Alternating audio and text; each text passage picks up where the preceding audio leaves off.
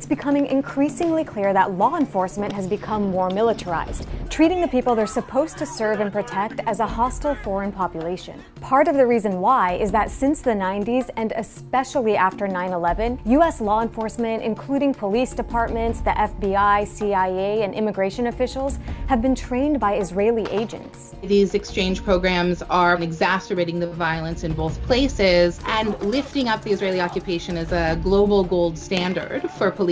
So why is U.S. law enforcement receiving training from Israel, a flagrant human rights offender? And what does it mean for people on the ground? Israel's creation in 1948 enshrined a nationalist policy of Jewish Israeli supremacy at the expense of the native Palestinian population, most of whom were forced to flee their homes, becoming permanent refugees.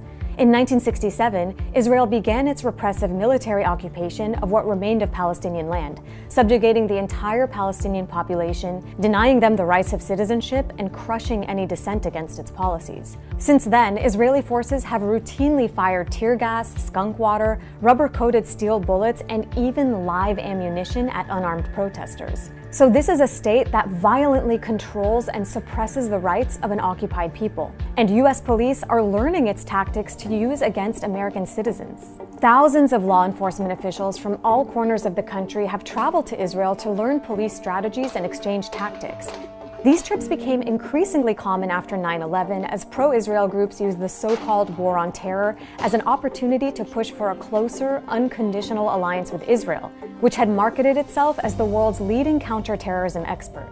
On these trips, high-ranking U.S. officials are visiting Israeli checkpoints and prisons, places where human rights groups all over the world have documented Israeli discrimination and repression and torture and killing of Palestinians. So who runs these exchanges? They're organized by pro-Israel groups like the Anti-Defamation League, which calls itself the world's leading anti-hate organization. The trips are funded privately as well as through grants from the Israeli and U.S. governments, including the Justice Department. The ADL boasts that they've trained more than 15,000 law enforcement professionals and have sent more than 200 high-ranking U.S. officials to Israel. And some officers fresh off these trips have high praise. This was an outstanding experience, something that I'll remember for the rest of my life. You've obviously given us a lot to think about, a lot of best practices. And this is, in fact, the finest training initiative that I've ever been a participant in.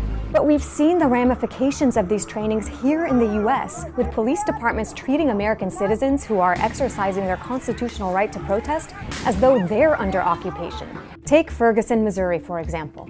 After the 2014 police killing of Michael Brown, the officers' response to protesters mirrored some of the tactics used by Israeli forces against Palestinians. Officers in Ferguson used the same U.S.-manufactured tear gas and flashbang devices to disperse crowds that Israeli forces regularly use against Palestinians. But that's not all. In 2011, the sheriff of St. Louis County, where Ferguson is located, traveled to Israel on one of the ADL-sponsored police exchange trips. And then, 3 years after the Ferguson uprisings, which catapulted the Black Lives Matter movement to the international stage, the city's police chief also traveled to Israel for training. He said he was blessed to be part of the exchange. But Ferguson is just one example. Other cities and counties where officers have received Israeli training later became the sites of high-profile police killings. And then there's surveillance. Israel's massive surveillance system has inspired U.S. officials so much so that after a former police chief visited Israel in 2008, his city adopted its techniques. Our Video Integration Center in downtown Atlanta is modeled after the Command and Control Center I saw in the old city of Jerusalem. Atlanta has installed over 10,000 surveillance cameras, which have raised serious privacy concerns. But to really get a sense of Israeli inspiration, look no further than New York City. After 9/11, the NYPD and the CIA created a sprawling covert spying operation that surveilled and infiltrated mosques and Muslim neighborhoods in the New York City area. This led to widespread and unprecedented profiling of the region's Muslim communities. A police official told the Associated Press that the program was modeled in part off of how Israelis spy on Palestinians in the West Bank.